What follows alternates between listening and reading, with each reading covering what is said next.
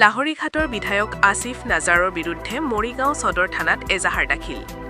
মৰিগাঁও জিলা কংগ্ৰেছৰ সাধাৰণ সম্পাদক প্ৰশাসনিক ইজাজ হুছেইনক মাৰপিট কৰাৰ অভিযোগ বিধায়ক আসিফ নাজাৰৰ বিৰুদ্ধে। মৰিগাঁৱত গৌৰৱ গগৈৰ সভাত লাহৰীঘাট বিধানসভা সমষ্টিৰ কংগ্ৰেছৰ প্ৰাৰ্থিত্ব প্ৰত্যাশী ড ফৰিদুন হুছেইনৰ বেনাৰ পোষ্টাৰ ফালি পেলোৱাৰ অভিযোগ উত্থাপিত হৈছে বিধায়কগৰাকীৰ বিৰুদ্ধে। বেনাৰ পোষ্টাৰ নষ্ট কৰাত বাধা দিয়াৰ আখেজত বিধায়কগৰাকীয়ে তেওঁৰ সাংগুপাংগ লগাই নিজ দলৰে নেতা ইজাজ হুছেইনক মাৰপিট কৰাৰ অভিযোগ উত্থাপিত হৈছে। আহত ইজাজ হুছেইনক মৰিগাঁও অসামৰিক চিকিৎসালয়ত ভৰ্তি কৰোৱা হয়। ঘটনা সন্দৰ্ভত কংগ্ৰেছৰ ভিতৰচৰাত সৃষ্টি হৈছে তীব্ৰ প্ৰতিক্ৰিয়াৰ। News desk report Batadrava live. মই কংগ্ৰেছ দলত কাম কৰি থকা মোৰ 15 বছৰ হৈছে। মই 2011 চনত মই অসম ৰাজ্যিক কেনেচৰ সম্পাদক আছিলোঁ। তাৰপিছত মই 18 চনত মোক ডিষ্ট্ৰিক্ট জিলা ইউথ কংগ্ৰেছৰ সভাপতিৰ দায়িত্ব দিলে। এতিয়া মোক দলে নতুনকৈ 6 মাহমান ধৰি পেলাই মোক জিলা কংগ্ৰেছৰ প্ৰশাসনিক সাধাৰণ সম্পাদকৰ মোক দায়িত্ব দিছে।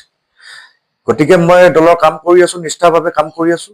আজি ভাল লাগিছে, আজি বিভিন্ন এটা সমষ্টিত 10জনকে কেণ্ডিডেট ওলাইছে, 5জনকে কেণ্ডিডেট। মানুহবিলাক আজি কংগ্ৰেছ দলৰ টিকেট সকলোকে লাগে।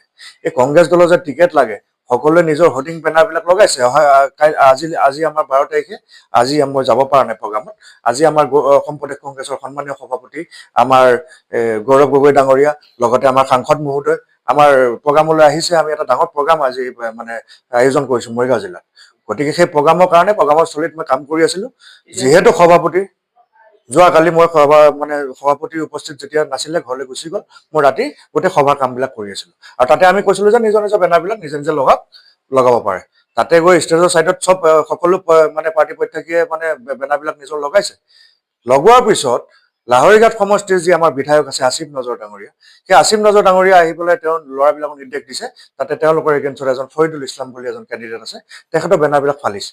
মই কৈছো, দাদা আপুনি এজন জ্যেষ্ঠ কংগ্ৰেছৰ আপুনি এজন প্ৰতিনিধি হয়, আপুনি দলৰ এজন জ্যেষ্ঠ নেতা, গতিকে আপোনালোকক সন্মান কৰো। কিন্তু আপুনি আজি বেনাৰ পোষ্টাৰবিলাক ফালিবৰ কাৰণে আদেশ দিছে। আজি কংগ্ৰেছ দলত সকলোৱে টিকেট বিচৰাৰ সকলোৰে অধিকাৰ আছে। আপুনি বেনাৰ পোষ্টাৰবিলাক ভাগিব? সেই কথাখিনি মই কোৱাৰ পিছতে মোক তেওঁ ল'ৰা লগাই পেলাই মোৰ আজি ইয়াতে 4টা চিলাই পৰিছে, মোৰ ভৰিত ফ্ৰেকচাৰ হৈছে, মোক তেওঁ মাৰি পেলাবৰ কাৰণে আদেশ দিছিলে তেওঁ উপস্থিতিত। মই এনে শুনিছো, তেওঁ কৈছে যে ইয়াক মাৰি পেলা। তাৰপিছত মোক চবে বাঁহ চাহ লৈ পেলাই মাৰিছে। মই ইয়াত বহুত জখম হৈছে। মই এতিয়া ইতিমধ্যে মই থানাত এজাহাৰ এখন তেওঁৰ ওপৰত দিছো। আৰু মই ইতিমধ্যে এতিয়া প্ৰগ্ৰামত যাব পৰা নাই। মই ইয়াতে মৰিগাঁও অসামৰিক চিকিৎসালয়ত মই এডমিট হৈ আছো। গতিকে সেই কথাবিলাক আছে। আমি নিষ্ঠাভাৱে দলৰ কাম কাজ কৰি আছো। এইটো দলৰ ভিতৰৰ কথা, ক'ব নালাগে। কিন্তু আজি আসিফ নজৰ ডাঙৰীয়াই যদি মোক শাৰীৰিকভাৱে তেওঁ মোক কৰিব বিচাৰিছে, আজি মই এইটো মানসিকভাৱে বিৰাট ভাগি পৰিছো।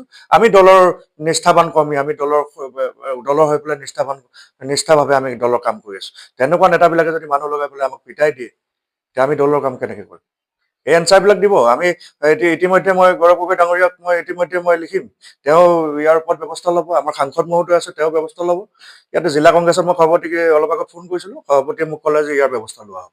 গতিকে মই এতিয়া এডমিট হৈ আছো। সেইখিনি কথা।